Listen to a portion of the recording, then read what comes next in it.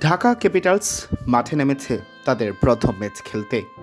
এদিকে তখনই না ফেরার দেশে দলটির সহকারী কোচ মাহবুব আলী জাকি। বিপিএল উৎসবের মধ্যে হঠাৎই ক্রীড়াঙ্গনকে থমকে দিল দেশ বরেণ্য এই কোচের প্রয়াণের খবর।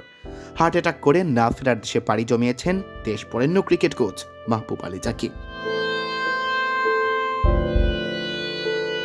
চলমান বিপিএলে তিনি ঢাকা ক্যাপিটালসের সহকারী কোচের ভূমিকায় ছিলেন।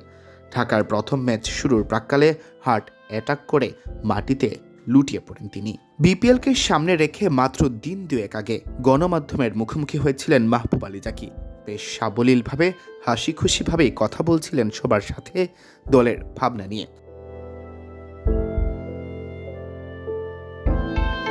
যথারীতি ঢাকা ক্যাপিটালসের প্রথম ম্যাচের আগেও শিষ্যদের নিয়ে কাজ করছিলেন। তবে ম্যাচ শুরুর আগে অনুশীলনের সময় হঠাৎ তিনি অসুস্থ হয়ে পড়েন। এ সময় তাকে সিপিআর বা কার্ডিও পালমোনারি রিসাসিটেশন দেওয়া হয়।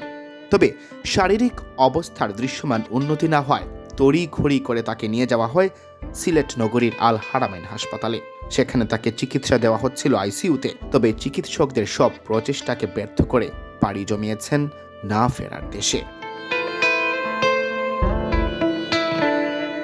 মাহবুব আলী জাকির প্রয়াণের এই খবর ঢাকার ক্রিকেটাররা হয়তো জানেন না এখনো। তবে বাস্তবতা যে এতটাই কঠিন, যিনি বিপিএল এর জন্য দীক্ষা দিলেন মিঠুন, ইমাদ, সাব্বির, নাসিরদের, ক্রিকেটাররা যখন মাঠে, সেই গুরুই কিনা না ফেরার দেশে।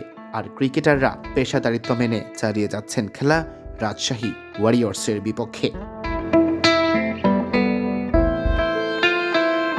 মাহবুব আলী জাকির মৃত্যুতে শোকের ছায়া নেমে এসেছে ক্রিকেট অঙ্গনে। সিয়াম চৌধুরী, বিডি ক্রিক টাইম।